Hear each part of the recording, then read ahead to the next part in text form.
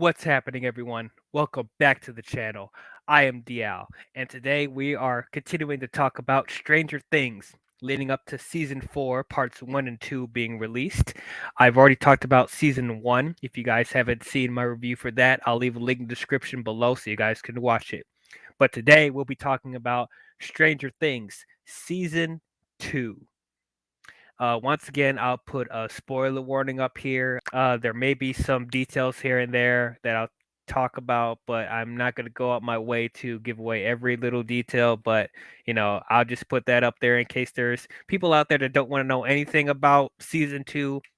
Go watch it on Netflix and come back and watch this review if you don't want to know anything. So you have been warned. So, Stranger Things season 1, I really enjoyed. I didn't expect to like it as much as I did, but it ended up being one of my favorite shows for a long time. Um, so naturally, I was looking forward to seeing what they will do with season 2. But of course, part of me was apprehensive because, even though the first season turned out really good, it's still a Netflix show. And when it comes to their shows and also quite a bit of their movies, their quality isn't the most consistent. And I was afraid that Stranger Things may end up being another one of those shows that aren't consistent with the quality. But regardless of that, I'm still really invested in this world and these characters. And no matter what, I still want to see more from them. But after sitting down and watching season 2, I am happy to say that I loved season 2. I thought it was absolutely great. It pretty much took almost everything that I enjoyed from the first season and amped it up to an 11, almost to the point where I think I enjoyed this more than season 1. Yeah, I thought it was that good. I was pleasantly surprised with season 2.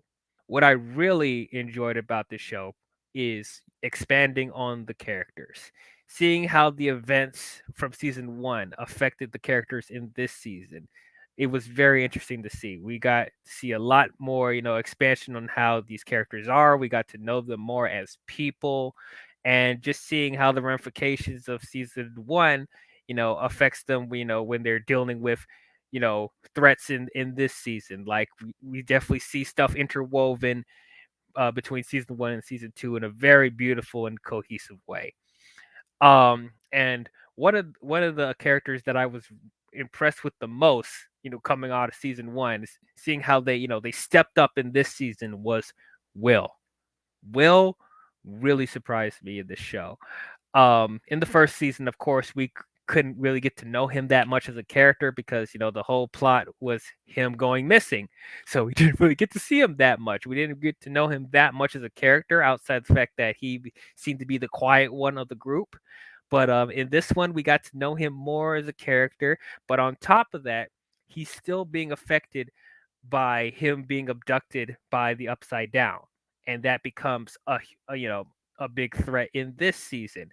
How it's mentally affecting him, and like how he's somehow being controlled by the Upside Down and stuff like that. I'm just really impressed personally by the actor. Like, he was asked to do a lot in this season as far as performance wise. Seeing his range in this season, I was just really impressed. I was really surprised. I didn't expect to see this type of performance from him coming off of season 1, but I was really he was probably the biggest surprise. But another big surprise of this season is the newcomer to the group, Max, played by Sadie Sink. First of all, I was already starting to get really impressed by Sadie Sink as an actress. Watching her on her other Netflix projects like Fear Street and stuff like that, I think she's becoming a really talented actress. But seeing her in season 2, I thought she was a very welcomed addition to the Stranger Things group. I found myself to, really be engaged by her very quickly. Um, and honestly, I was afraid she was going to end up being one of those characters that I wouldn't like because, she came off pretty bitchy and like standoffish to, the main group. But as we go along into the season, getting to know her more as a character, like she's become one of the most sympathetic characters in the show. And as I say with child actors, like you can have them go through their teenage adolescence, but you have to give us something to, gravitate to her, to make us feel empathetic for her as a character. And they found a great way to keep that balance between her being, being this bratty teenager, but also being very likable and sympathetic. So I definitely really liked her in this show. Another thing I appreciated is that we actually got to see Lucas's family in this season because everyone else we got to see their parents and or siblings, but nothing for Lucas for some reason. But I'm glad we actually got to see his parents, and she has a little sister named Erica, who I thought was absolutely hilarious in this season. Of course, she's the annoying little sister that likes to get in his business and stuff like that. But I actually found her very entertaining. For the little that she was in it, she wasn't in it that much. But I was hoping maybe in later seasons we'll get to see more and more from her as she grows up with with the main group and stuff like that. So yeah, that was a pleasant surprise as well. And also seeing how Mike is affected by Eleven's disappearance, because he thought that she either died or disappeared forever. And you're just seeing how that's like mentally and emotionally affecting him. He's becoming more standoffish and just like giving outbursts more than usual, stuff like that. You just see like how he really cared for Eleven and just was sad that she's gone. So this is the type of character development that I'm talking about. Just seeing them more vulnerable. That just makes them more interesting and more sympathetic characters. Also, Winona Ryder as Joyce. I thought she was a lot better in this season. Well, I thought she was fine in season one. I found she was just too anxious for me in the first season. Like every scene, she was just panicking and hyperventilating and stuff like that. But in this season, I'm glad that she calmed down a lot more. She seemed a little bit more happy. You know, and probably it helps because of the new guy that she's dating in the season, Bob, who I thought he was pretty good as well. I thought the chemistry between Bob and Joyce were really nice, and it gave something, for Joyce, just to make her happy again. Not make her as anxious or thinking that everything is so dour and depressing. So it helped to lighten up her mood, which I really appreciated. But also, Joyce actually, played a factor when it came to stopping the Upside Down later on in the season. Like she became more active in trying to help Will and stuff like that, or helping the rest of the group, stop the monsters, the Demigorgons and stuff like that. So she improved a lot from this season as well. And then I also like seeing the dynamic between Nancy, Steve, and Jonathan. I thought it was a lot more interesting in this season because in the first one it was they were laying heavy on the teenage drama and stuff like that, which I mean I didn't think was bad, but probably was some of the lesser elements of season one that I didn't care about as much as others. But in this season, it was a lot more interesting. Was a lot more complex when it came to their development. Seeing Nancy and Steve's relationship start to dwindle and stuff like that, and then seeing Steve mature more as a character. He's not that that jock that's a jerk to everyone and stuff like that. I thought it was really cool to see because making Steve more of a likable character and stuff like that, and making him more engaging to watch. And then also he became more helpful when it came to stopping the Upside Down and the Demigorgons as well. And then he also creates a bond later on with the kids, especially with Dustin. They form a bond as well, which I thought it was really good. And then also another thing that I kind of saw coming was seeing Nancy and Jonathan slowly start to develop a romance after Steve and Nancy didn't work out. I kind of saw that coming after season one. It seemed like they were going to be together, and that's what ended up happening.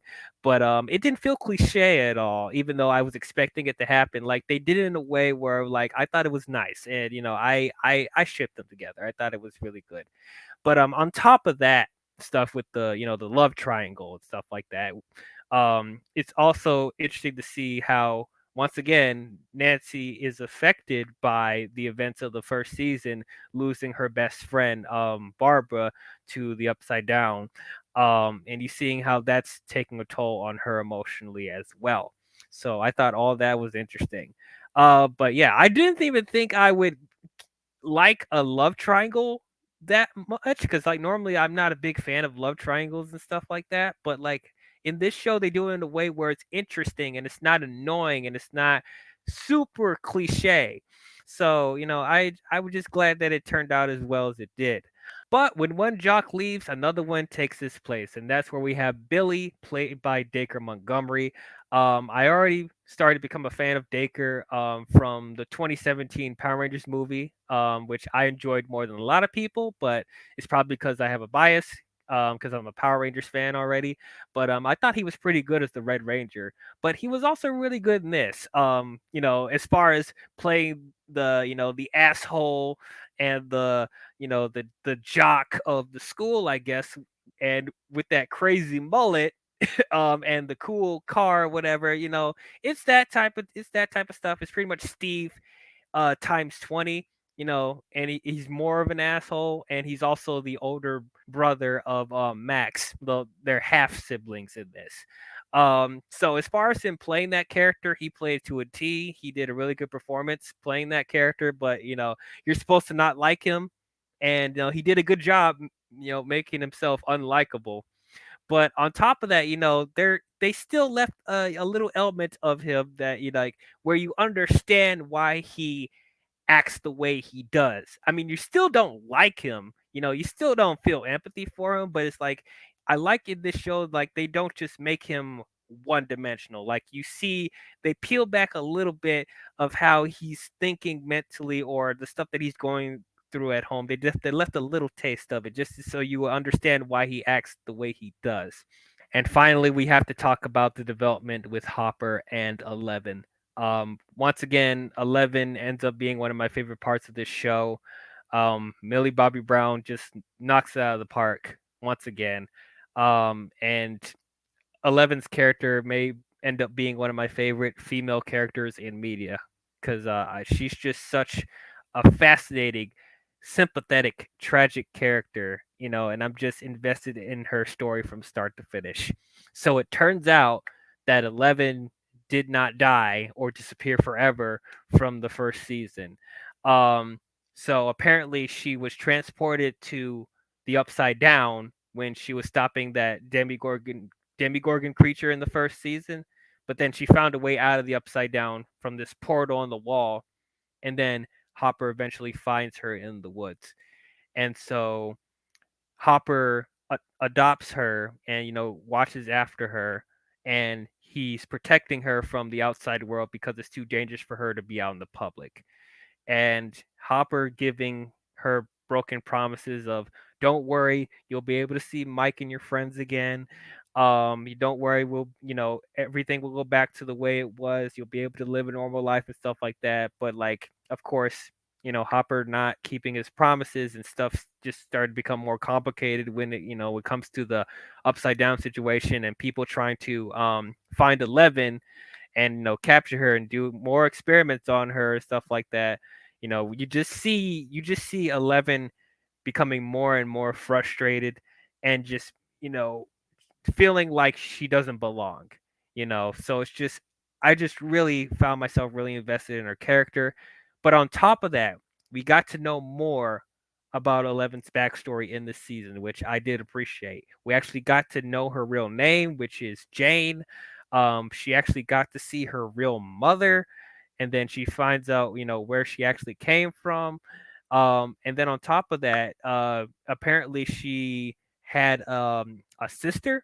Well, not like a biological sister, but like a girl that she grew up with that also had abilities along with her.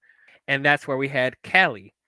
So I know for a lot of people, they complain that the episode with Callie and the Street Gang, which are episode 7, a lot of people had a problem with that episode, saying that it felt like filler or it didn't contribute to the rest of the season, and I have to disagree.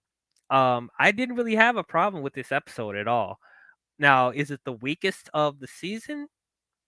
Probably, but I think the reason why a lot of people had a problem with episode 7 was because that whole plot point with Eleven finding her sister didn't really add on top of the stuff with the upside down and Demigorgon stuff. That's the only isolated issue that didn't have to deal with the bigger picture.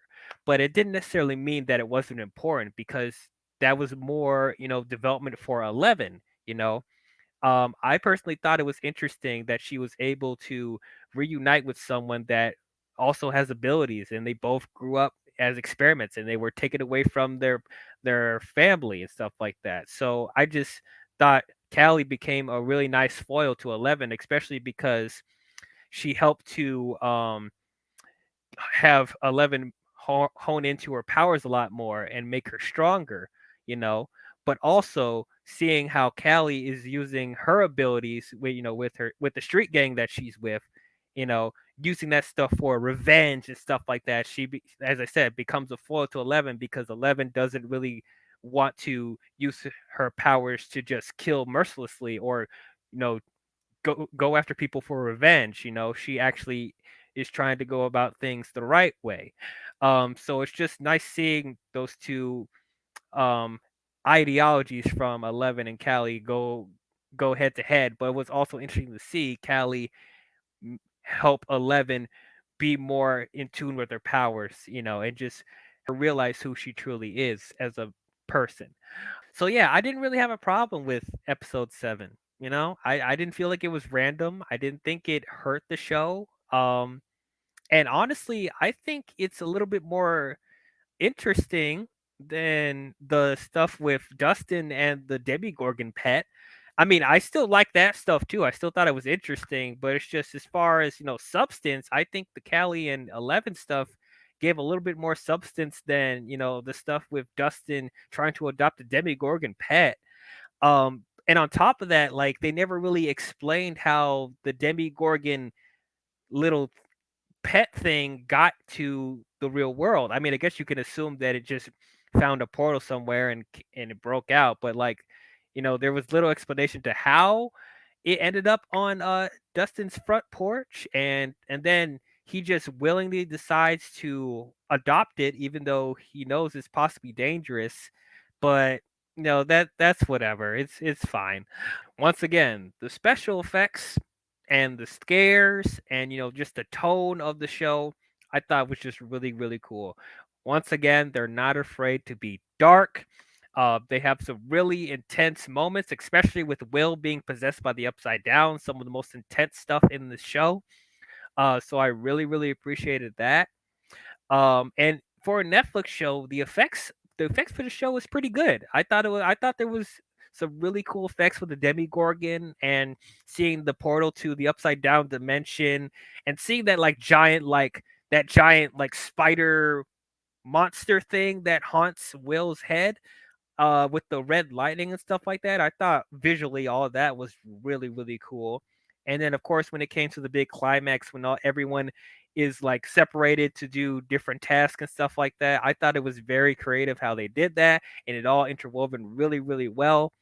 And then there's one scene that I do really want to talk about. It's the scene that that ends season 2. I know it's just a little like fun little thing for the end, but like that ended up being one of my favorite moments of the entire series, and that is the kids at the snowball dance. I thought it was absolutely great. And that's the type of character development that I love from this show. It's just little moments like that just help to humanize everyone, and just seeing how everyone is connected and how the friendships and the relationships, just seeing all of them bond like that, I just think it's absolutely beautiful. Seeing Mike and 11 reunite again, and and like they set that up in the first season when Mike was asking 11 to the dance, and like you actually see it pay off at the end of season 2, which I thought was absolutely beautiful. And seeing there was another little love triangle there with Lucas, Max, and Dustin, but of course, Lucas ended up getting together with Max, which I guess it makes more sense because Lucas and Max had more scenes together, and they were able to bond more than Dustin did. So I thought that was fine. But even then, it was nice to see Nancy, you know, dance with Dustin and stuff like that when seeing that he wasn't able to like find a girl, which I thought was nice. And then a random girl comes up and asks Will to dance and like that. I think I just all of that stuff was just so cute. Like this is a show about them fighting monsters and going into different dimensions and stuff like that. But like what I love the most about the show, as I said, is just the bonding between the characters. Like that's the one thing that I look forward to seeing in the show the most. Even though the stuff with the monsters are good, but just seeing all these characters interact together, I think that's what makes this show great. And that's why I think this season is amazing. Overall, I love this season. I thought it was great. I didn't even mind the episode 7 with the street gang and Callie. I thought it was fine. I thought it helped to develop 11 more as a character, but like, the main kids, they got more development, especially Will. I was very impressed by Will. The stuff with Nancy, Jonathan, and Steve, I thought was really good. I thought Dacre Montgomery as Billy was pretty good. I thought Winona Ryder as Joyce improved a lot. I loved Hopper. Bob was a good addition as well. Just like they really improved a lot from the first season. Um, and I was excited to see where they go from here. So overall, I will say that Stranger Things season 2 is greatness. So yeah, those are my thoughts on Stranger Things season 2. What did you guys think about it? Did you guys love it? Did you guys hate it? Did you guys think it was okay? Comment below your thoughts and let me know. Tune into my review for Stranger Things season 3. But if you guys enjoyed this review, please don't forget to leave a thumbs up and subscribe to the channel. It'll help a lot if you guys at least like the video. It helps me out in the algorithm. But also, if you enjoy my takes on things and you love my videos, please hit the subscribe button. And if you want to be notified on future videos I'll be doing, don't forget to hit the bell while you're at it. But that's all I have for you Stranger Things fans, and I will see you guys in the next one. Talk to you guys later. Bye bye.